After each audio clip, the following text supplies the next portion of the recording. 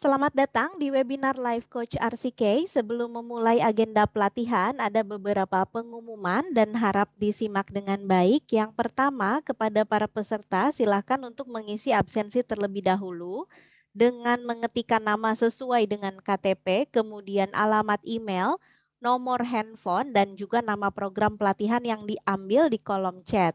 Webinar ini adalah milik pelatihan RCK Consulting dengan nama pelatihan memberikan saran tentang pilihan makanan bagi pramusaji. Webinar ini akan dilaksanakan dalam satu arah, jadi hanya narasumber yang akan berbicara, maka dimohon kepada para peserta untuk mematikan mic atau di-mute suara audionya agar tidak mengganggu selama penjelasan berlangsung. Dan setelah penjelasan selesai, akan dibuka sesi untuk tanya jawab. Kemudian nyalakan juga kamera depan di laptop ataupun di handphonenya. Kemudian silakan di-screenshot sebagai bukti bahwa rekan-rekan sudah mengikuti webinarnya. Bagi peserta yang salah kamar webinar, harap untuk segera meninggalkan Zoom Meeting ID ini dengan menekan tombol N dan klik Leave Meeting. Webinar ini akan berlangsung selama kurang lebih 40 menit. Untuk kolom webinar hanya akan terbuka di jam yang ada kegiatan webinarnya saja, maka peserta diharapkan membuka aplikasi sekolahmu baik melalui web ataupun melalui aplikasi di handphone dan pastikan centang hijau selama webinarnya berlangsung. Demikian untuk pengumumannya. Sebelumnya, perkenalkan terlebih dahulu saya dengan Miss Suci, Senior Trainer dari RCK. Nah, baik rekan RCK, pada webinar kali ini kita akan membahas dengan tema memberikan saran tentang pilihan makanan bagi pramusaji. Mungkin di antara rekan-rekan RCK ada nih yang sudah pernah gitu ya bekerja sebagai seorang pramusaji. Tantangannya banyak sekali ya dan banyak sekali yang harus dihadapi ketika kita menerima pelanggan atau tamu yang datang ke restoran dan kita tidak bisa mengatur ataupun menebak gitu ya nanti karakter si pelanggannya seperti apa. Kita sebagai seorang pramusaji tentu harus siap menghadapi segala situasi ataupun segala karakter gitu ya, berbagai jenis macam karakter pelanggan yang datang ke restoran. Nah, rekan RCK, saya akan share nih untuk materinya ya. Oke.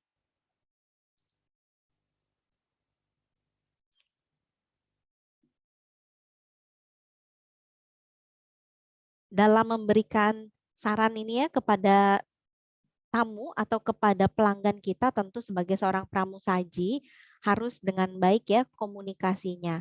Harus memiliki skill atau kemampuan dalam berkomunikasi yang baik saat menyampaikan saran gitu ya kepada pelanggan kita. Nah, ini rekan RCK, menu sebagai alat komunikasi kepada pelanggan, betul ya?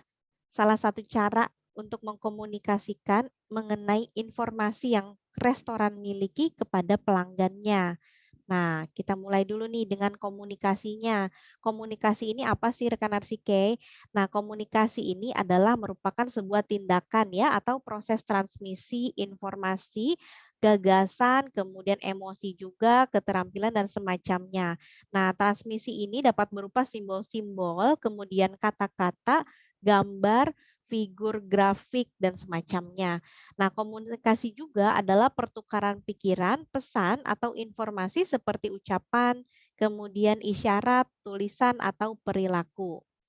Kemudian suatu kegiatan disampaikannya suatu pesan oleh seseorang kepada orang lain melalui media tertentu. Ini juga merupakan salah satu pengertian dari komunikasi.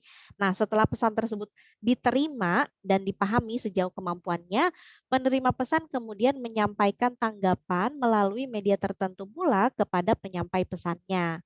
Nah, untuk komunikasi verbal dan komunikasi nonverbal secara umum, komunikasi verbal ini adalah komunikasi yang berbentuk lisan ataupun tulisan. Contohnya dalam penggunaan kata-kata ya. Seperti misalnya seorang pramusaji berbicara atau menyambut pelanggan yang datang dengan misalnya ucapan selamat pagi, Pak. Misalnya seperti itu ya. Kemudian sedangkan komunikasi nonverbal adalah komunikasi yang tidak menggunakan kata-kata, contohnya menggunakan bahasa tubuh kita seperti mimik wajah, kemudian gerakan tangan, bahkan intonasi suara dan juga kecepatan berbicara. Misalnya, silakan Pak di sebelah sana tempat duduknya, misalnya seperti itu ya. Nah, kemudian menu juga sebagai komunikasi verbal. Secara umum dalam sebuah menu ini akan terdapat kata-kata, kemudian ada juga angka. kata-kata yang menunjukkan nama menu serta angka yang menunjukkan harga dari menu tersebut.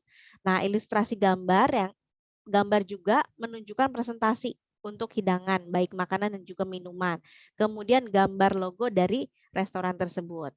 Kemudian menu juga sebagai komunikasi nonverbal. Nah, sebuah menu ini berfungsi sebagai identitas perusahaan. Identitas perusahaan atau restoran ini dapat dilihat dari nama merek perusahaan tersebut. Pesan nonverbal yang ada dalam merek tersebut menjadi komunikasi antara perusahaan dan juga pelanggannya. Kemudian fungsi yang lain adalah sebagai segmentasi pasar. Menu dapat memberikan pesan nonverbal tentang segmentasi pasar. Hal ini dapat ditemukan pada saat pelanggan melihat komunikasi verbal di tampilan harga pada menu. Kemudian pesan imajinasi kepada pelanggan. Pesan imajinasi ini dapat berasal dari ilustrasi gambar. Gambar umum yang ditampilkan biasanya berupa menu hidangan. Nah, ketika gambar tersebut ditampilkan dengan sangat baik, maka imajinasi pelanggan juga akan berpikir bahwa, wah kayaknya makanannya enak nih, makanannya seger nih, gitu ya. Nah, selanjutnya rekan Arsike, menu adalah perpaduan komunikasi verbal dan nonverbal. Dengan melihat menu, pelanggan dapat memilih pesanan makanan dan minumannya sesuai selera. Kata, kemudian ilustrasi gambar, serta harga juga tercantum. Nah, ini memudahkan juga nih untuk berkomunikasi yang tepat. Jadi, si pramusaji ini nggak perlu repot-repot mengucapkan misalnya, ini Pak, harga untuk minuman ini adalah segini, harga untuk makanan ini adalah segini. Nah, jadi dengan melihat menu secara otomatis pelanggan itu membaca gitu ya, gambar, kemudian kata, dan juga harganya. Nah, menghindari kesalahpahaman dalam pesan, misalnya dengan komunikasi nonverbal bisa misalnya kita menunjuk nih menu mana yang diinginkan oleh pelanggan. Contohnya, misalnya ada gambar menu, pramusajinya akan memahami pesanan yang diinginkan dengan hanya menunjuk. Misalnya pelanggannya cuma menunjuk aja ke gambar yang ada di dalam menunya. Apalagi misalnya pelanggannya berasal dari luar daerah mungkin atau bahkan pelanggan asing gitu ya yang berasal misalnya dari luar negeri gitu yang nggak bisa berbahasa, Indonesia misalnya, dia pasti akan memesan atau menunjuk aja nih menu atau hidangan yang ada di buku menu tersebut gitu ya, dan itu juga memudahkan kita sebagai seorang pramusaji dalam memahami apa yang diinginkan pelanggan. Kemudian menu juga menunjukkan siapa diri Anda, artinya menu ini kan sebuah tampilan, baik itu tercetak maupun tidak gitu ya, baik itu ukurannya besar ataupun kecil. Nah, tampilan menu tersebut secara nonverbal atau yang tidak diucapkan secara langsung akan menunjukkan serta menjabarkan kepada pelanggan tentang identitas restoran. Nah, identitas tersebut akan menunjukkan apa yang restoran sajikan, kemudian untuk siapa restoran ini diperuntukkan, begitu. Nah, selanjutnya rekan Arsike, kita melaju nih ke menu, jenis dan juga fungsinya. Oke. Nah, mungkin sudah setiap kita datang ke sebuah restoran atau tempat makan gitu ya, pasti kan kita suka melihat ya menu-menu ini ada yang ditempel gitu ya. Kalau kedai-kedai kecil biasanya menunya ditempel tuh ya di dinding-dindingnya. Ada juga misalnya kalau sebuah restoran nanti pramusaji datang akan memberikan menunya kepada kita untuk dilihat-lihat terlebih dahulu sebelum melakukan pemesanan makanan atau minumannya. Nah, menu ini apa sih rekan Arsike gitu ya. Dari tadi kita ngomongin menu nih. Nah, menu ini adalah sebuah daftar makanan yang telah dilengkapi dengan harga masing-masing yang disediakan dan juga ditampilkan untuk menarik pelanggan serta memberikan nilai terhadap sejumlah uang terhadap makanan yang ditawarkan. Kemudian menu merupakan daftar makanan yang ditampilkan dan umumnya dilengkapi dengan gambar dan harga untuk menarik pelanggan serta bisa memberikan nilai lebih terhadap makanan yang ditawarkan gitu ya. Nah, apa sih pentingnya menu gitu kan? Pentingnya menu untuk pelanggan ini adalah mengkomunikasikan antara pelanggan dan juga restoran dan pemberi kontribusi sebagai bagian pengalaman bersantap dengan membantu mengatur suasana hati juga dan membangun minat serta kegembiraan. Nah, menu juga dapat digunakan sebagai informasi daftar makanan dan minuman apa yang dapat dipesan di restoran atau tempat makan tersebut. Dan juga para tamu ini dapat mengetahui harga dari setiap menu yang ditawarkan sehingga bisa menyesuaikan juga dengan budget yang dimilikinya gitu ya. Kalau kita udah lihat menu, kemudian ada daftar harganya, ada jenis atau nama hidangannya, kita kan bisa milih ya. Bebas sekali kita untuk pilih mau makan yang mana gitu sesuai dengan selera kita. Nah, ini untuk fungsinya menu untuk pelanggan. Kemudian jangan lupa juga sesuaikan nih sama kantongnya gitu ya, karena kalau coba bayangkan kalau misalnya kita nggak ada menu, kita main pesan-pesan gitu ya, udah pesan aja nih, beli, seafood dan lain sebagainya gitu ya, kemudian tiba-tiba begitu mau bayar gitu kan, saatnya mau bayar ternyata harganya di luar ekspektasi kita gitu ya, terus kita nggak punya uangnya misalnya gitu kan repot ya, betul ya rekan Reski ya. Jadi dengan adanya menu ini memang sangat membantu sekali untuk pelanggan dapat mengetahui menu-menu yang akan dipesan dan juga harganya gitu ya. Jadi tahu nih kira-kira, oh kalau bawa uangnya 10.000 berarti yang cocok makanannya yang mana nih yang bisa dipesan gitu ya kurang lebih. Baik rekan Arsika, selanjutnya adalah untuk karyawan produksi atau untuk chef atau kokinya. Menentukan makanan apa yang harus disiapkan, betul ya. Kemudian menu juga dapat dijadikan sebagai sumber informasi juga tentang bahan-bahan apa yang diperlukan, baik dari jenisnya, kemudian kualitas maupun jumlahnya saat pembelian bahan makanan. Kemudian menu juga dapat memberikan informasi tentang peralatan-peralatan apa yang digunakan baik saat pengolahan maupun saat penyajian sehingga bisa berguna dan lebih efektif. Kemudian menu dapat digunakan juga sebagai bahan acuan pembagian tugas karyawan dapur maupun struktur organisasi dapur. Misalnya nih mau bikin main course gitu ya. Siapa nih yang bagian bikin siapin bahannya? Siapa nih yang bagian masaknya? Siapa yang bagian dan lain sebagainya gitu ya. Jadi pembagiannya lebih mudah gitu ya, memudahkan karyawan untuk membagi tugasnya masing-masing gitu. Jadi nggak keroyokan ngerjainnya misalnya gitu ya, atau tidak menyerahkan satu pekerjaan kepada satu karyawan saja atau kepada satu chef aja gitu. Kemudian pentingnya menu untuk karyawan bagian pelayanan ini atau kita sebagai seorang pramusaji nih. Tugas seorang pramusaji ini akan dipengaruhi ya oleh item yang ditawarkan oleh menu. Kemudian menu ini digunakan juga sebagai sumber informasi pengadaan dan persiapan alat saji seperti gelas, kemudian piring, mangkuk, dan juga piranti saji lainnya. Biasanya begitu ada tamu datang di beberapa restoran gitu ya, ada yang memang sudah piring dan mangkuk atau gelasnya itu sudah ada di mejanya gitu ya, atau memang misalnya ada pelanggan datang mejanya masih bersih nih gitu ya, paling cuman ada brosur mungkin atau pajangan-pajangan yang lain gitu ya, tapi tidak ada alat makan.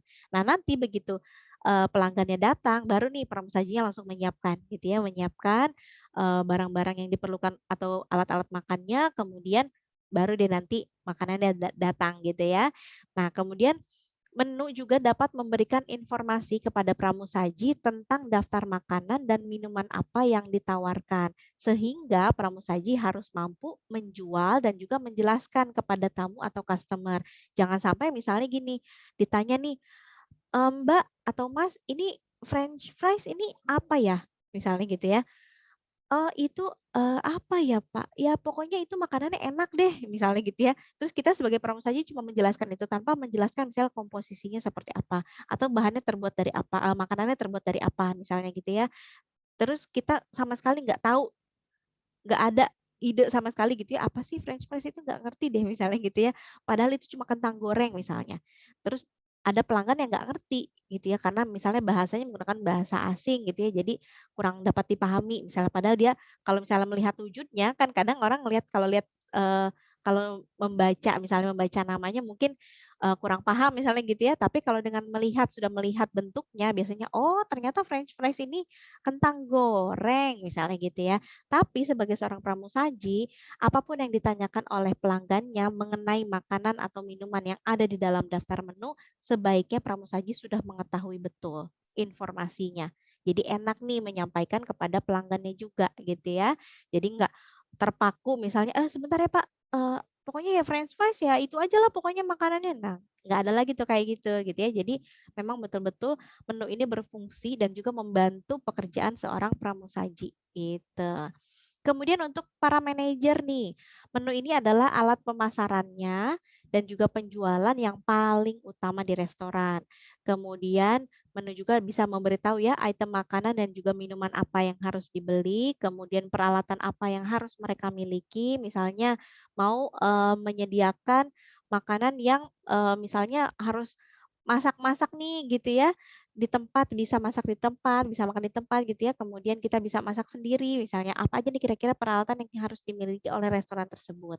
Kemudian jumlah karyawan yang mereka butuhkan untuk dipekerjakan dan tingkat keahlian mereka. Misalnya restorannya besar, kira-kira karyawannya harus ada berapa nih? Gak mungkin misalnya restorannya besar dengan tingkat pengunjung yang sangat ramai, karyawannya cuma sedikit.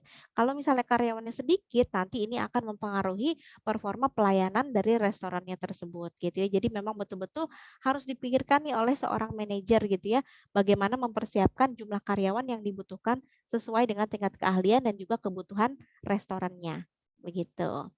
Kemudian jenis menu berdasarkan tipe umum nih, ada table dot. Nah, table dot ini berarti makanan dari meja tuan rumah atau dapat dilihat dengan ciri-ciri karakternya menjadi menu yang terbatas, kemudian menawarkan sejumlah kecil hidangan, biasanya 3 atau 4, lalu pilihan terbatas dalam setiap hidangannya, harga jualnya tetap, semua hidangan siap pada waktu yang ditentukan.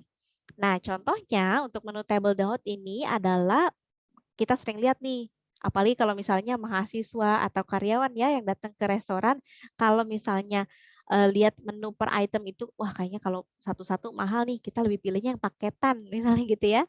Nah, kalau paketan ini udah enak nih, udah masuk semuanya gitu ya. Contohnya nih, paket A cuma 35.000 udah dapat nasi putih, bisa pilih nih, lauknya apa, bisa ada sate kambing, ada ayam, ada ikan bakar atau sambal mentah gitu ya. Kemudian ada lalapan atau acar, bisa pilih juga es rumput laut atau buah segar, lalu dapat puding karamel juga misalnya.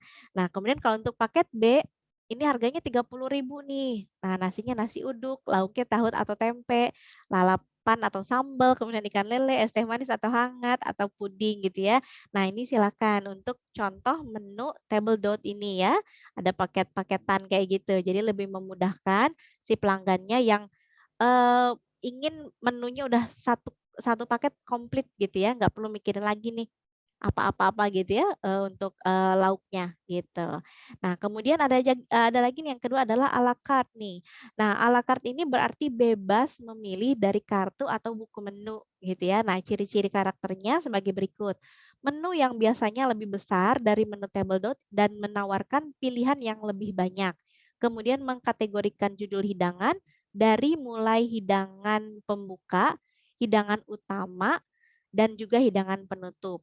Semua hidangan disiapkan sesuai dengan pesanan. Setiap hidangan diberi harganya terpisah, jadi masing-masing. Kalau tadi table dot itu harganya satu paketan gitu ya. Kalau ini terpisah nih, kalau à la carte ini terpisah masing-masing nasi harganya berapa gitu ya, lauknya harganya berapa, minumannya harganya berapa. Nah, biasanya lebih mahal daripada menu table dot ini gitu ya. Kemudian seringkali juga berisi makanan yang eksotik dan juga mahal gitu. Nah, contohnya untuk menu à la carte ini nasi, ada nasi putih misalnya dengan harganya 4.000, ada nasi kuning misalnya harganya 7.000.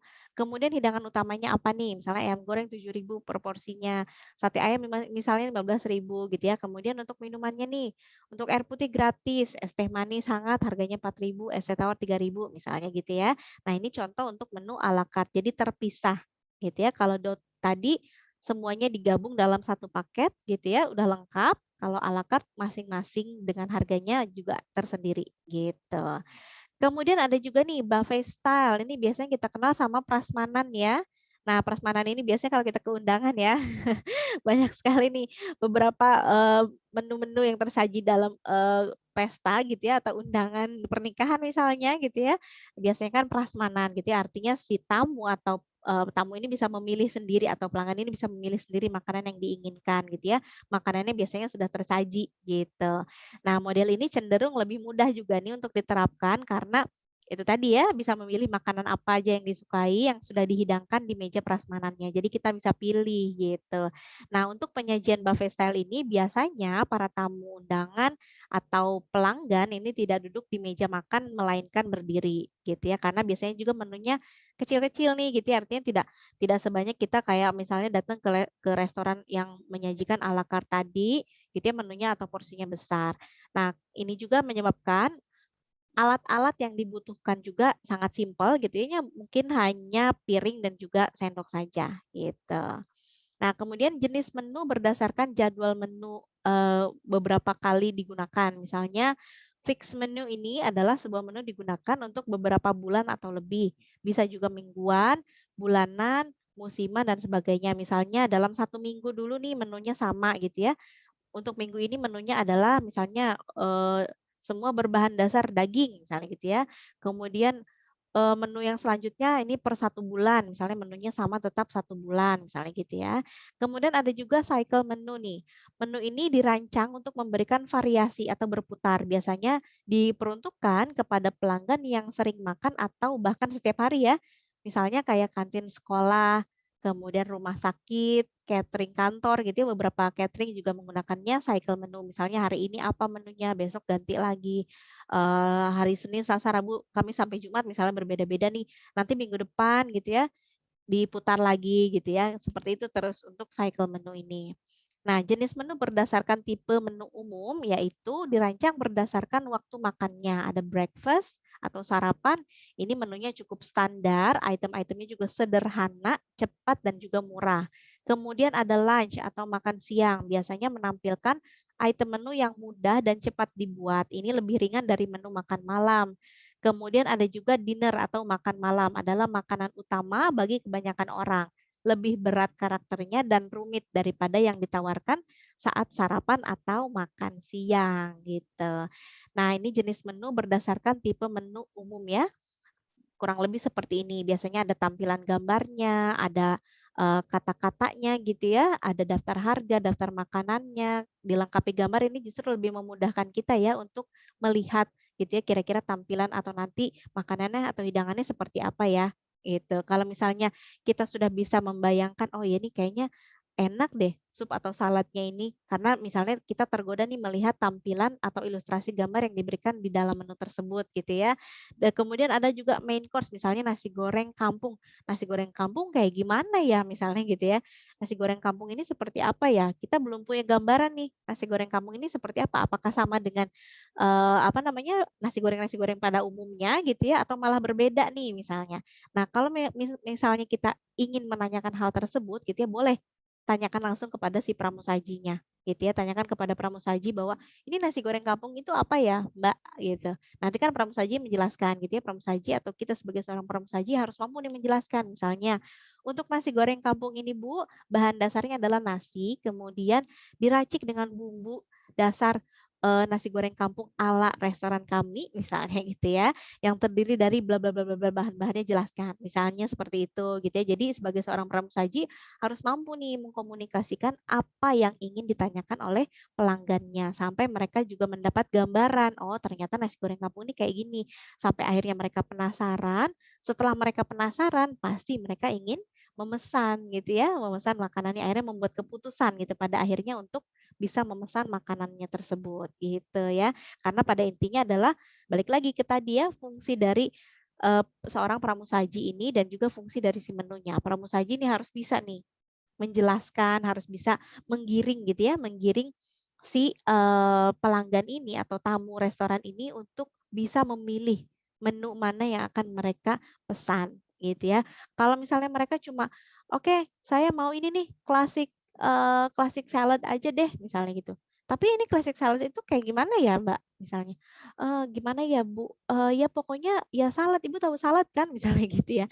Nah, jangan sampai ini terjadi gitu ya. Jadi kita harus tahu betul kalau memang misalnya dari seluruh daftar menu makanan atau minuman yang ada di dalam buku menu tersebut ada yang tidak kita pahami atau misalnya di dalam menu tersebut tidak dijelaskan. Nah, kalau untuk yang ini ya contoh yang di tengah nih set lunch menu ini kan ada penjelasan di bawahnya ya, ada nama menunya, ada penjelasannya.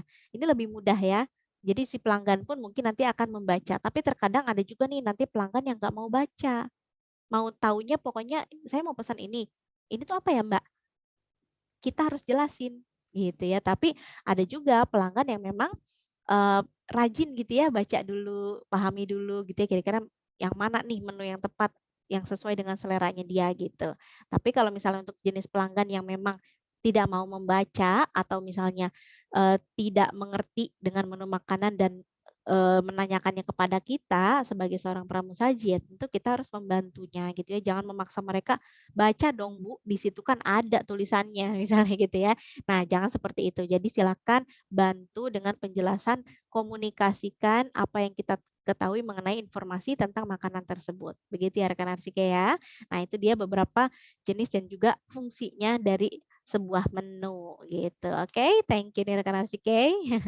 Kita lanjutkan ya, menuju ke pertanyaan.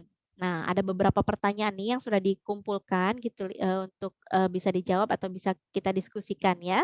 Nah, untuk pertanyaan yang pertama rekan Arsike, jika sebuah restoran berada di sebuah tempat wisata, oke, dan harus melayani berbagai macam pelanggan dari berbagai daerah, bagaimana pramusaji dapat memberikan pelayanan apabila bahasa yang digunakannya berbeda?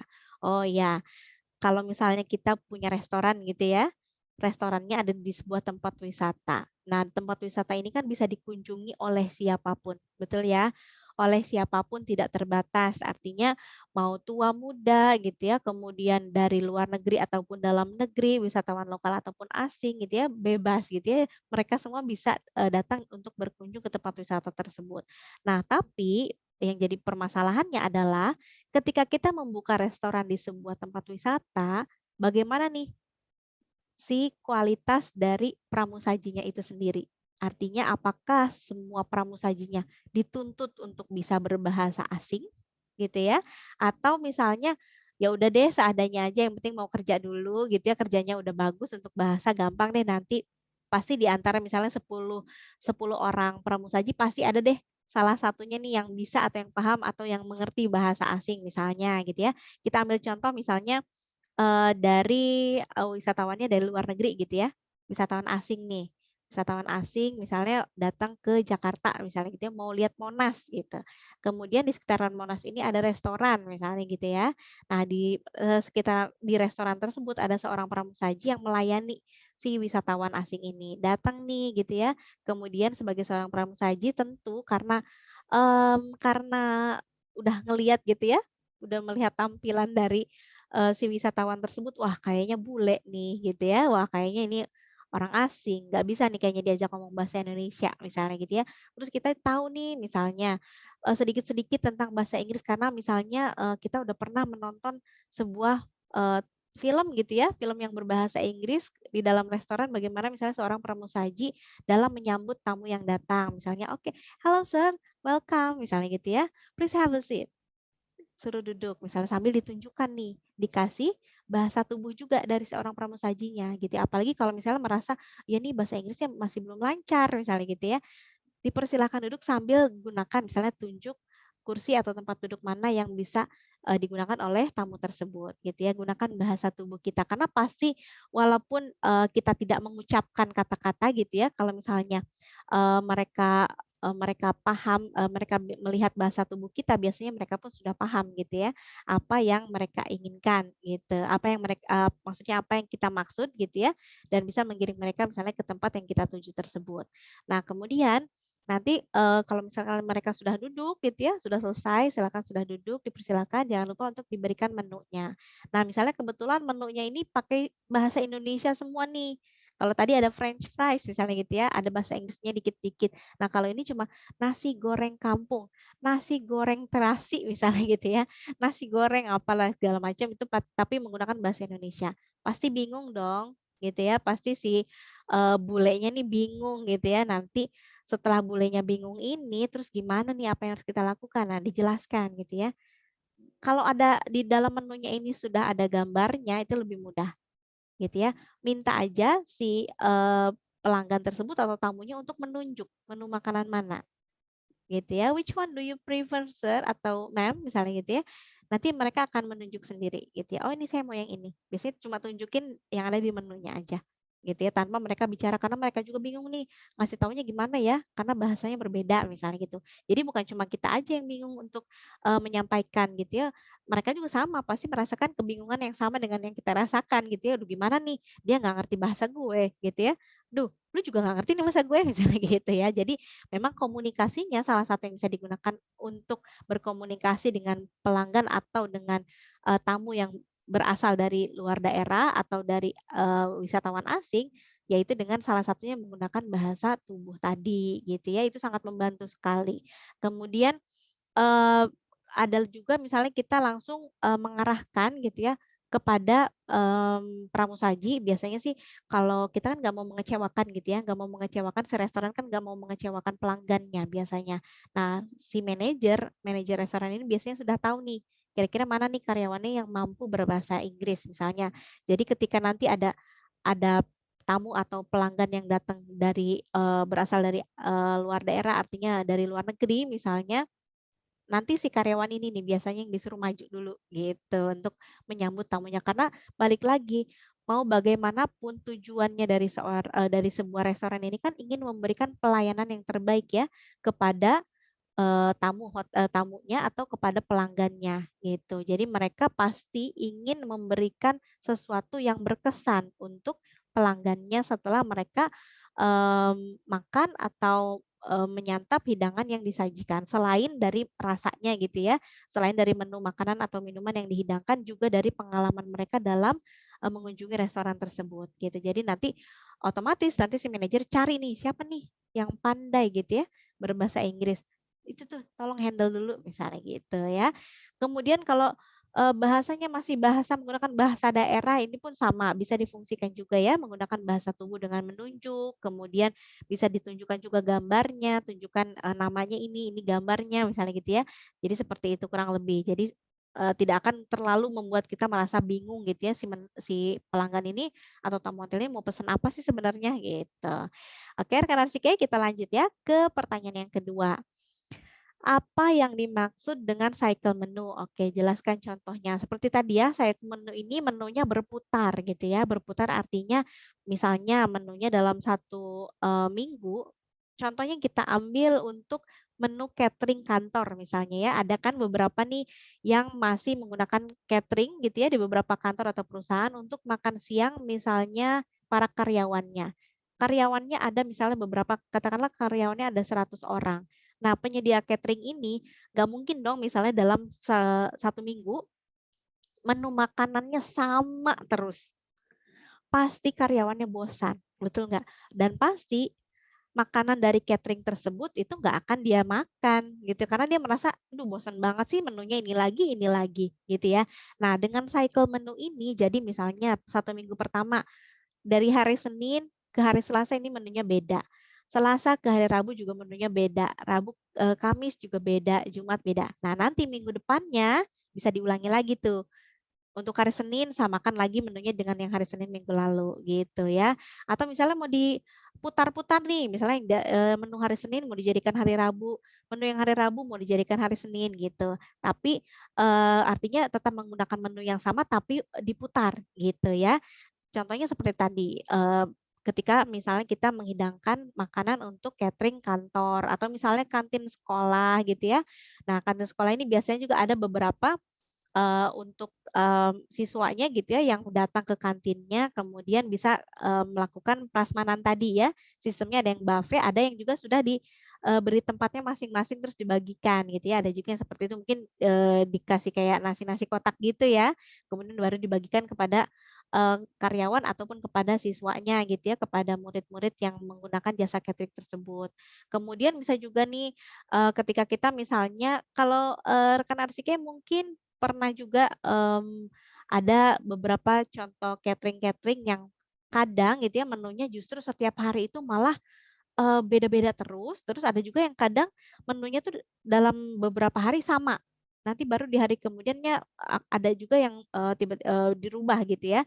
Nah sebetulnya ini sebelum gitu ya, sebelum si kantor atau perusahaan atau misalnya sekolah tersebut menggunakan jasa catering, ya kan biasanya ada persetujuan dulu ya, menunya mau seperti apa. Mau cycle menu atau mau fix menu. Misalnya kalau mau pilih fix menu kan 1 minggu berarti menunya kurang lebih sama, itu-itu aja gitu ya. Tapi kalau untuk cycle menu nanti menunya diputar nih, jadi nggak buat si pelanggannya merasa bosan gitu ya. Itu untuk, contohnya cycle menu. Jadi menunya diputar gitu ya, dari hari Senin ke hari Selasa terus berbeda, kurang lebih seperti itu ya. Kemudian pertanyaan yang ketiga, menurut pengalaman saya untuk beberapa menu breakfast di sebuah hotel biasanya menu yang disajikan hampir sama setiap harinya. Menu yang sama seperti ini termasuk ke dalam jenis menu apa? Oke. Nah, ini juga nih berkaitan ya, tergantung tergantung dari, si restoran yang ada di hotel tersebut. Memang ada beberapa yang menggunakan fix menu ya. Nah, jadi misalnya dalam menyajikan menu breakfast ini, ada beberapa hotel yang mengacu kepada misalnya Indonesian breakfast. Kemudian ada juga yang menggunakan American breakfast. Misalnya kalau Indonesian breakfast, kita orang Indonesia biasanya makan apa sih kalau sarapan? Misalnya, nasi uduk gitu ya, nasi kuning, lontong, bubur mungkin gitu ya. Terus apalagi ya, atau nasi pecel gitu. Nah, beberapa jenis menu makanan yang berasal dari Indonesia ini biasanya nanti tergantung si restorannya. Misalnya oke deh hari Senin misalnya mau menggunakan Indonesian, breakfast dulu. Jadi yang disajikan ya menu Indonesia gitu ya. Atau misalnya untuk beberapa hari menu Indonesia dulu deh. Misalnya dari hari Senin sampai hari Selasa, kemudian Rabu menunya mau pakai menu Indonesian dulu misalnya gitu ya. Jadi itu terus nih yang ditampilkan misalnya atau yang disajikan ada, tadi nasi goreng misalnya, ada nasi uduk gitu ya, kemudian ada juga mungkin bubur ayam, lontong kari dan lain sebagainya. Pokoknya menu Indonesia gitu ya. Nah kemudian nanti setelah Senin, Selasa, Rabu, nah hari Kamisnya misalnya, hari Kamisnya ini biasanya, mau diganti nih, ditambahkan dengan American breakfast misalnya, dikasih roti misalnya gitu ya, atau makanan yang lainnya. Nah ini juga nanti akan, menuju ke cycle menu. Artinya kombinasi gitu ya.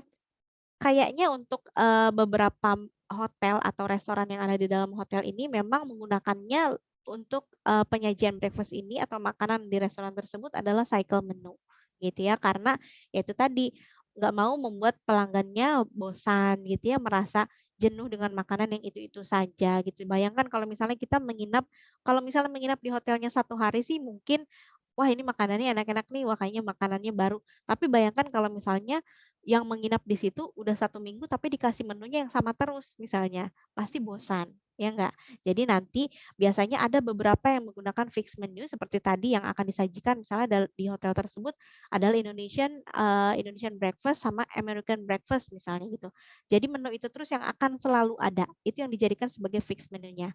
Kemudian untuk cycle menunya nanti, berputar nih, ada nanti yang menggunakan English breakfast misalnya gitu ya, ada kayak misalnya ada menyediakan roti, menyediakan teh, susu gitu ya.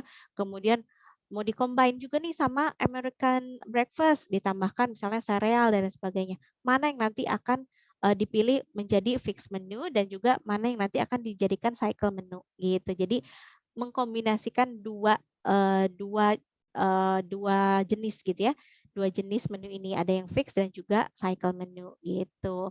Memang kalau, tantangan tersendiri sebetulnya untuk sebuah restoran ya, bagaimana menyiapkan menu makanan yang tidak membuat pelanggannya merasa bosan gitu ya, walaupun itu disajikan setiap hari, setiap pagi lagi gitu ya. Jadi, tergantung dari restorannya sendiri yang ada di dalam hotel tersebut. Biasanya restorannya temanya nanti kemana nih gitu ya, apa yang ingin disajikan, biasanya itu yang akan menjadi kayak, apa ya, menu andalannya gitu ya, dan itu biasanya selalu ada, begitu ya. Oke rekan arsik kurang lebih seperti itu untuk penjelasan mengenai menu ya.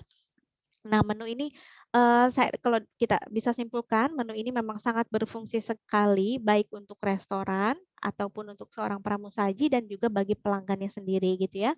Jadi di dalam menu ini adalah merupakan sebuah informasi yang disajikan oleh restoran gitu ya, yang disajikan oleh restoran kepada pelanggan supaya pelanggan bisa memilih kira-kira makanan atau menu apa nih atau hidangan apa yang bisa mereka pilih untuk dimakan atau diminum gitu ya. Jadi membuat mereka juga mudah untuk memilih menu makanan tanpa harus capek-capek nih menanyakan misalnya kepada si pramusajinya. Atau ini juga membantu seorang pramusajinya untuk tidak terus berbicara atau menjelaskan setiap detail makanan yang ada atau yang dijual di restoran tersebut gitu ya. Dengan adanya menu, seorang pramusaji cukup memberikan menunya dan meminta pelanggannya untuk membaca, kemudian memilih kira-kira menu mana yang paling sesuai dengan seleranya. Kemudian itu yang nanti akan dipesan, biasanya seperti itu.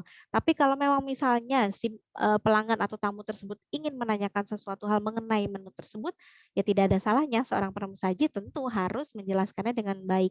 Komunikasikan kira-kira keunggulan dari makanan yang kita jual di restoran tersebut itu apa, gitu ya. Kemudian untuk pelanggan, nah menu ini akan sangat membantu sekali gitu ya untuk memilih jenis makanan apa yang sesuai dengan seleranya, begitu. Oke rekan Arsike, terima kasih banyak atas waktunya, semoga ilmunya bermanfaat dan jangan lupa berlatih di rumah untuk membuat menu ya, menu makanan baik yang menggunakan tadi, mau paket-paketan nih atau table dot atau menggunakan à la carte atau juga buffet. Oke, selamat, belajar rekan Arsike, semoga bermanfaat, sampai jumpa di lain kesempatan, salam progres.